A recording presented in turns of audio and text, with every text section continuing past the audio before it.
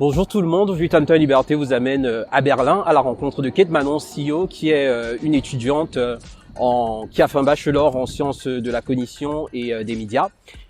Aujourd'hui elle fait un master en innopreneurship qu'elle finit d'ailleurs bientôt. Donc elle va nous parler de sa formation, de ce qui l'a motivée à faire une telle formation, de ses perspectives professionnelles pour plus tard. Mais elle va aussi nous parler de ses nombreux autres engagements, de ses nombreuses convictions, de son rapport avec l'Afrique et de plein d'autres sujets super intéressants parmi lesquels sa double culture. Voilà, donc je vous invite à regarder cette interview jusqu'à la fin, mais aussi à lire l'article dont cette interview en support sur le site www.tamtamliberté.com, à découvrir nos autres articles, interviews et podcasts.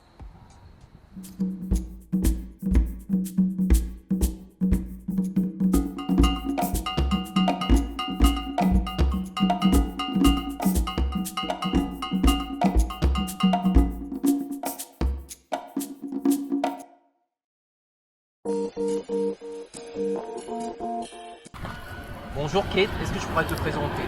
Bonjour Guy, bonjour Tam de Liberté, bonjour chers internautes et lecteurs de l'article bien entendu. Mon nom est Kate Manon et je suis étudiante en innopreneurship à l'université de Duisburg-Essen. Je suis une jeune femme drôle, marrante, chrétienne, pleine de vie et je suis très heureuse d'être aujourd'hui en compagnie de Guy pour cette interview.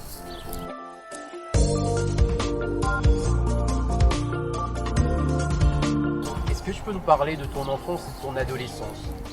Alors Kate, enfance, adolescence. Je pense que je me décrirais comme une jeune fille qui a été très calme mais très blagueuse. J'aimais beaucoup faire des blagues et parfois des blagues super pourries, mais tant que moi ça me faisait rire, ça m'importunait peu un peu de le regard des autres par rapport à ça. Alors parcours primaire très classique. On va dire que le seul point positif, c'est que je ne l'ai pas fait dans l'environnement où je suis née, mais more of it soon. Et voilà, en gros, après le primaire, il y a eu l'étape au collège qui s'est fait avec aussi beaucoup de, on va dire, fluidité. Et après le bac, c'était déjà le saut vers l'étranger.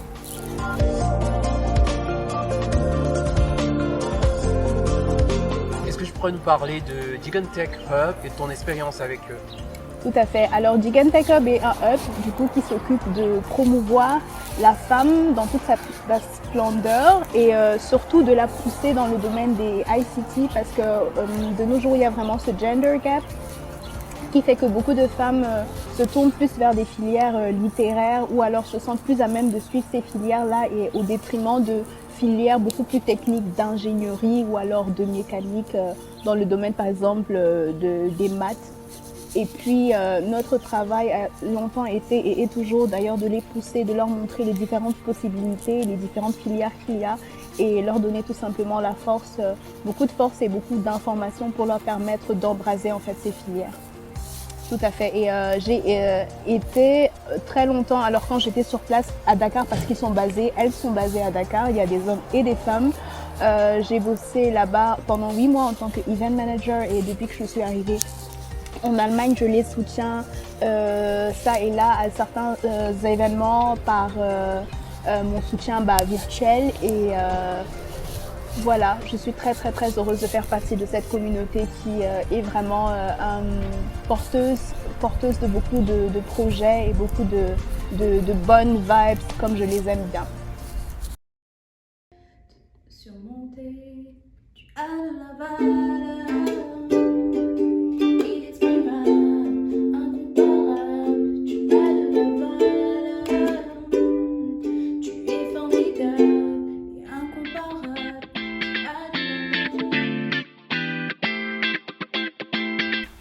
Qu'est-ce qui t'a motivé à faire un bachelor en sciences de la cognition et des médias?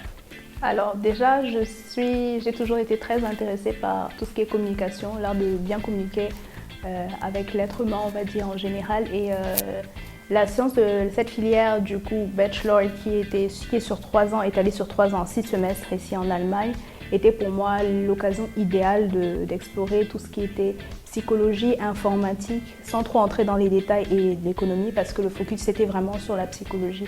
Alors dans cette formation de 3 ans, j'ai vraiment eu l'opportunité de faire des recherches, de conceptualiser, de designer des études pour, encore une fois, faire des recherches sur l'être humain, comment est-ce qu'il fonctionne, quelles sont ses préférences. Et sur cette base-là, ça permet à tout un chacun, aux personnes qui s'intéressent à cette filière-là, de mieux savoir comment est-ce que l'être humain fonctionne et de se spécialiser par exemple dans ce qu'on appelle l'économie comportementale, ce qui a été mon focus. Et ça ouvre des portes comme par exemple dans le domaine de la publicité, dans le domaine de la psychologie, en entreprise par exemple. Et voilà, en gros c'est ça.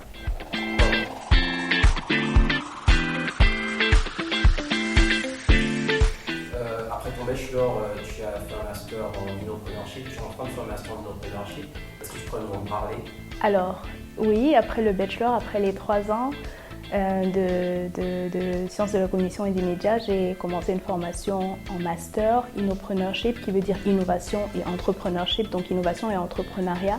C'est une formation étalée sur 2 ans, donc 4 semestres dans le système allemand, où on a l'opportunité de travailler vraiment selon le système de l'innovation, selon le processus de l'innovation, autant pour moi, selon lequel, depuis la création de l'idée jusqu'au produit, on peut vraiment, dans chacun des domaines, dans chacun des étapes jusqu'à la création du produit, savoir ce qui se passe et pouvoir, au besoin, accompagner des startups ou des entreprises qui veulent s'adonner au domaine de l'innovation. Donc, on a la création de l'idée, le raffinement de l'idée avec des tools comme le business model Canva, le business plan. On a appris à en faire, à savoir comment nous-mêmes en conceptualiser et qu'est-ce qui fait qu'une idée est vraiment viable. Donc, tout ce genre de questions a été traité pendant ces 2 ans et maintenant, à la fin, après le master, la thèse de master, on est prêt et à même de pouvoir justement non seulement encadrer des startups, mais également initier des processus innovatifs à l'intérieur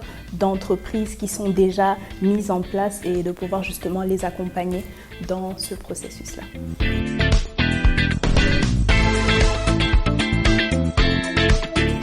Est-ce que tu pourrais nous parler justement un peu plus des perspectives professionnelles après un tel parcours? Alors je pense que chacun de mes camarades de classe, chacun a eu vraiment une vision différente et chacun peut vraiment avec ce diplôme à la fin faire un peu ce qu'il veut, ce qui a des points positifs comme négatifs parce qu'on peut se sentir parfois un peu perdu de ne pas savoir ce qu'on veut faire à la fin. Mais ma vision était très claire dès le début, celle de pouvoir encadrer d'autres qui souhaitent créer, innover, à leur permettre de pouvoir raffiner leur idée, à pouvoir réfléchir, ok, qu'est-ce qui fait de mon idée une idée spéciale et originale et de se baser du coup sur ces facteurs-là pour pouvoir construire quelque chose de viable et de pérenne.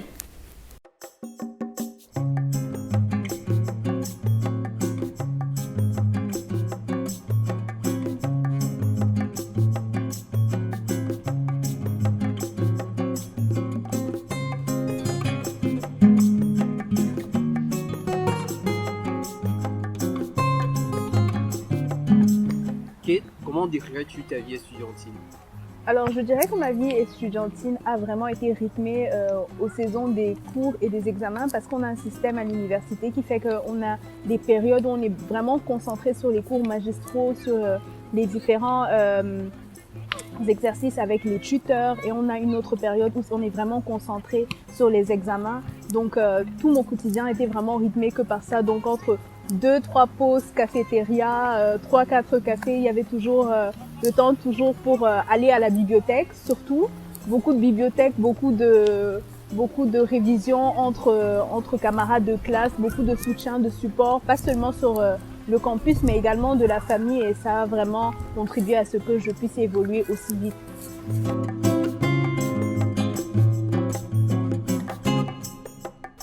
Quelles sont les clés pour toi d'une vie estudiantine épanouie?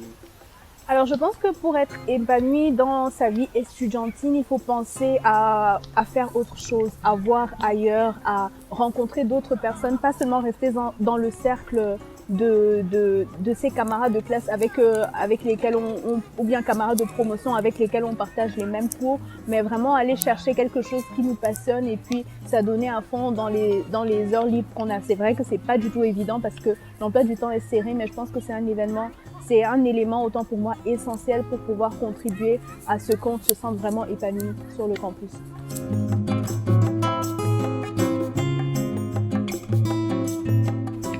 Est-ce que tu pourrais nous parler de l'aventure TEDxMurf? Alors, l'aventure TEDxMurf a été pour moi une très très très belle rencontre parce que on a, avec d'autres camarades de promotion du master Innopreneurship, eu l'idée ingénieuse, magnifique de non seulement aller à un événement TEDx, mais on s'est dit en fait que ce serait très sympa de pouvoir en organiser un nous-mêmes. Et c'est comme ça qu'on a commencé il y a maintenant 1 an, on a commencé les préparatifs en 2019 et en 2020, en début de cette année, on a fait le premier événement à TEDxMurf où il y avait pour la première licence 100 personnes qui venaient d'un peu partout de l'ouest de l'Allemagne parce que Murf est une petite ville à l'ouest de l'Allemagne et où on a vraiment pu partager sur des thèmes tels que le sustainability en anglais, le mot en français ne me vient pas, désolé, et des termes tout simplement qui parlaient du partage, le fait d'être ensemble et on a vraiment contribué à ce qu'il se crée autour de ça une communauté qui jusqu'aujourd'hui participe activement vraiment à des discussions par rapport à ces différents thèmes. Voilà.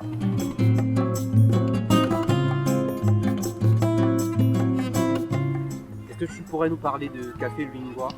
Alors Café Lingua entre justement dans la même lignée de ce que je disais par rapport à l'épanouissement. J'ai vraiment eu l'opportunité de trouver ce groupe qui était un événement qui se passait 1 à 2 fois par mois sur les campus de Duisburg et Essen, où il y avait tout simplement des personnes qui venaient ensemble et qui se regroupaient selon les langues et qui passaient tout simplement 2 heures de temps à parler. Donc moi j'ai été responsable pendant 2 ans de la table française et anglaise. Donc j'aidais non seulement des personnes qui sont natifs de la langue, mais également des personnes qui veulent apprendre ou qui voulaient apprendre le français ou l'anglais à pouvoir partager tout simplement des discussions très terre à terre, les discussions du quotidien, apprendre des nouvelles des uns et des autres, à rencontrer d'autres étudiants qui ne sont pas seulement de sa propre filière, mais également d'autres filières. Donc c'est vraiment un endroit où j'ai pu rencontrer plein de personnes, où j'ai pu partager beaucoup de choses et qui ont contribué à ce que, voilà, je me sente beaucoup plus à l'aise sur mon campus.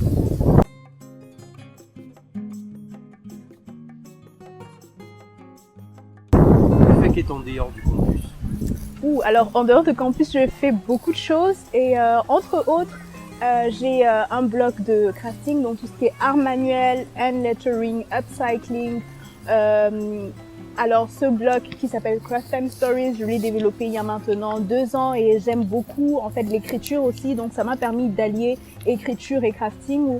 Donc tout simplement j'écrivais des articles où je parle de comment est-ce que je trouve l'idée pour faire par exemple, je sais pas moi, une enveloppe à partir de vieux journaux ou bien un pot avec des bics à l'intérieur qui sont en fait faits avec une ancienne boîte de conserve, ce genre de choses, parce que j'aime beaucoup vraiment cette idée de réutiliser des éléments qu'on a déjà pour en faire de nouvelles choses.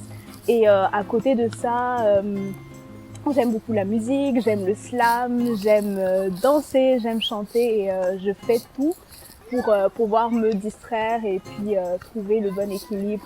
Sinon, je pense que c'est très facile d'entrer dans une pente glissante vers une direction qui n'est pas très souhaitable.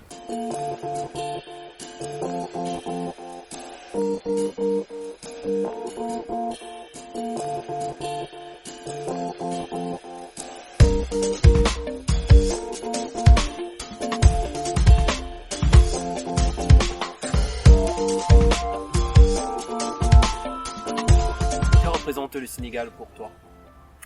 Alors le Sénégal, pour moi, ça représente beaucoup, à savoir mon repère, mon premier repère, parce que je viens du Cameroun, je suis née au Cameroun aussi, mais c'est au Sénégal que j'ai grandi, donc tout ce qui est amis, repères géographiques.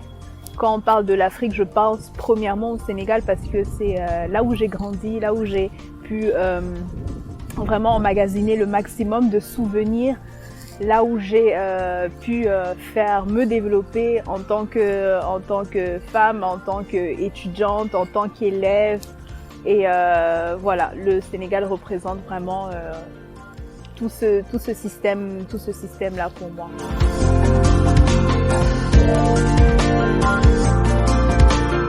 Comment est-ce que tu vis ta double culture africaine?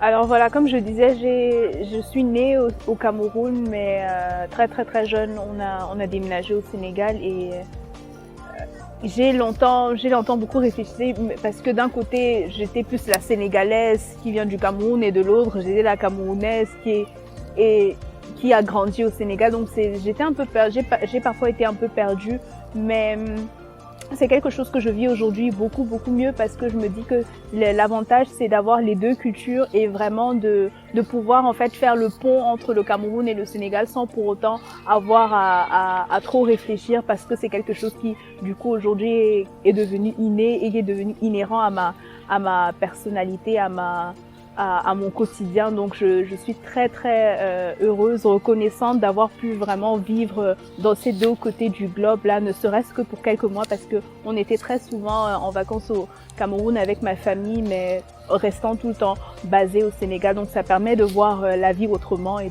d'avoir plusieurs perspectives des choses.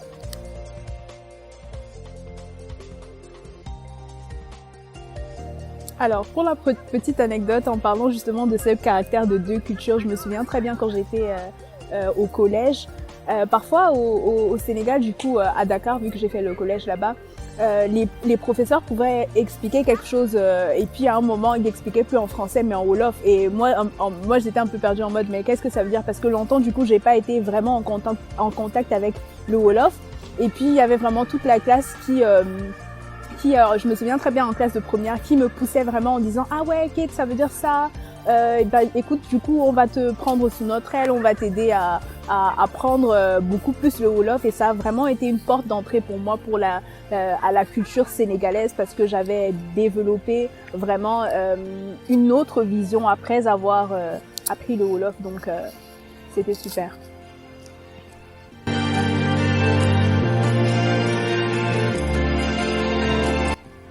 Quel est ton pays coup de cœur africain? Alors, coup de cœur à coup sûr, ça va vous étonner, mais le Sénégal et le Cameroun, je dirais pas l'un sans l'autre parce que je pense vraiment que c'est deux pays qui pour moi font l'être que je suis aujourd'hui parce qu'on a pioché un peu dans la culture camerounaise à travers par exemple la gastronomie, les bons petits plats que maman préparait et à travers les expressions, à travers les cousins, les cousines qui ont vraiment contribué à ce qu'on ne soit jamais vraiment coupé de cette culture camerounaise là.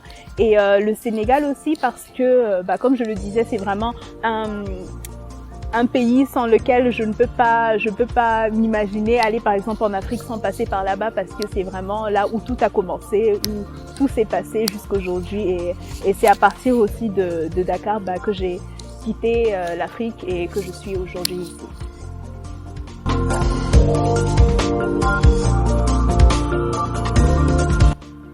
Quelle est la figure africaine qui t'inspire? Alors, figure africaine, je pense que figure, c'est un mot assez emblématique parce que de mémoire, je me souviens pas avoir vraiment eu un modèle où je me suis dit, par exemple, oh, j'aimerais vraiment devenir comme cette personne. Certes, il y a beaucoup de personnes qui m'ont inspirée, qui n'étaient pas forcément dans mon environnement direct, on va dire, mais j'ai toujours choisi de m'inspirer et de m'appuyer plutôt sur des figures ou des personnages, des personnes qui étaient dans mon entourage direct.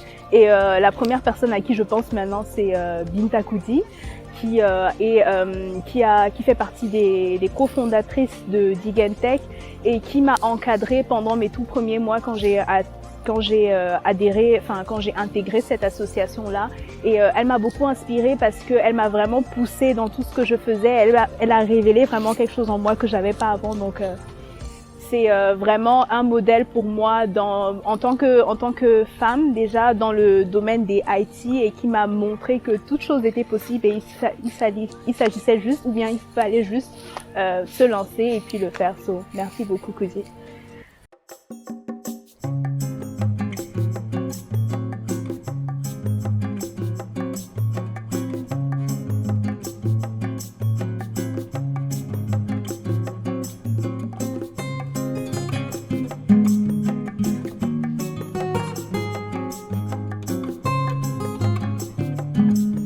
Kate, quels sont tes projets? Alors mes projets, le plus gros objectif en ce moment pour moi c'est déjà finir mon master. Je suis vraiment dans les dernières heures, on va dire, sur la dernière ligne droite et mon vœu le plus profond c'est de pouvoir finir avec brio ce cycle de master que j'ai commencé et je dirais qu'en autre projet c'est de pouvoir approfondir un peu cette aventure culinaire que j'ai jusqu'à maintenant parce que depuis 2017 je suis flexitarienne donc je m'intéresse beaucoup à tout ce qui est alimentation, nutriments et je me suis rendu compte du coup qu'il n'y a pas beaucoup de documentation sur le point de vue je dirais africain de comment est-ce qu'on fait pour se nourrir de façon très nutritionnelle et de façon adaptée du coup à notre au quotidien afin de rester toujours dans un environnement sain et je me suis dit que ce serait sympa de proposer un blog et pour pouvoir informer les gens c'est quoi le flexitarisme. J'ai longtemps dit je suis flexitarienne et tout le monde était en mode c'est quoi, c'est un mouvement, qu'est-ce qui se passe? Donc du coup, flexitarisme, végétarisme, ce rapport un peu avec la culture africaine aussi, proposer vraiment quelque chose de frais et quelque chose qui permettrait à tout le monde de s'identifier un tout petit peu à ce courant tout simplement de penser, de bien manger, de bien vivre pour pouvoir rester en bonne santé. Et voilà, dans le court terme, ce serait vraiment de proposer ce blog-là pour informer, pour partager mon expérience en tant que ancienne flexitarienne parce que je suis végétarienne maintenant et peut-être très bientôt végane.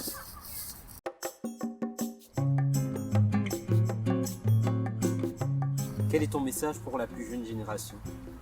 Alors, déjà c'est une grande tâche là que vous me donnez de faire passer un message et ce à quoi je pense maintenant c'est vraiment de se dire qu'en tant qu'on soit dans son milieu naturel, c'est-à-dire par exemple à la maison ou bien si jamais on est appelé à aller ailleurs, qu'on sache que partout où on va, partout où on est, on a de la valeur et on a vraiment quelque chose à apporter sur la table.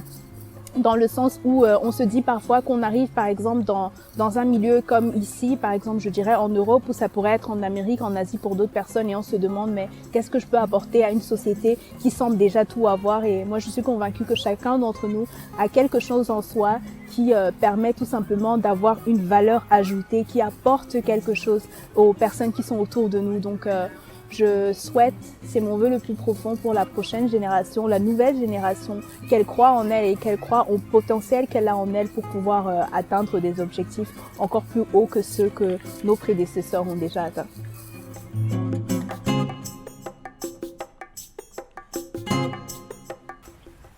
Kate, est-ce que tu peux nous lister 3 mots, 3 valeurs sur lesquelles on retiendra ton passage parmi nous? Alors, je dirais d'abord consistance. Parce que je pense que c'est important déjà en tant qu'étudiant de se fixer des objectifs et dans tout ce qu'on fait, tout faire pour pouvoir atteindre ces objectifs-là. Et de se dire, en fait, c'est un moment de notre vie où on va vraiment investir de l'énergie, du temps, des ressources. Mais si jamais on le fait de la bonne façon et si on reste constant dans tout ce qu'on fait, on peut vraiment atteindre ces objectifs. Le deuxième mot, je dirais chill parce que je pense il faut toujours mettre une note de douceur, une note je dirais de légèreté dans ce qu'on fait pour ne pas être trop crispé et toujours trouver cette balance comme je le disais précédemment, trouver une passion pour pouvoir s'évader et pour pouvoir revenir tout simplement dans la lignée de l'objectif et des plans qu'on s'est fixés. Et le dernier mot, je dirais excellence, parce que je pense que c'est avantageux et très très propice pour chacun d'entre nous de travailler de telle sorte que toutes les ressources qu'on utilise puissent nous permettre d'atteindre le meilleur objectif, c'est-à-dire de viser beaucoup plus haut, d'essayer de faire mieux que nos prédécesseurs, mieux que les personnes qui sont passées tout simplement avant nous. Et voilà, tout simplement, consistance, chill et excellence.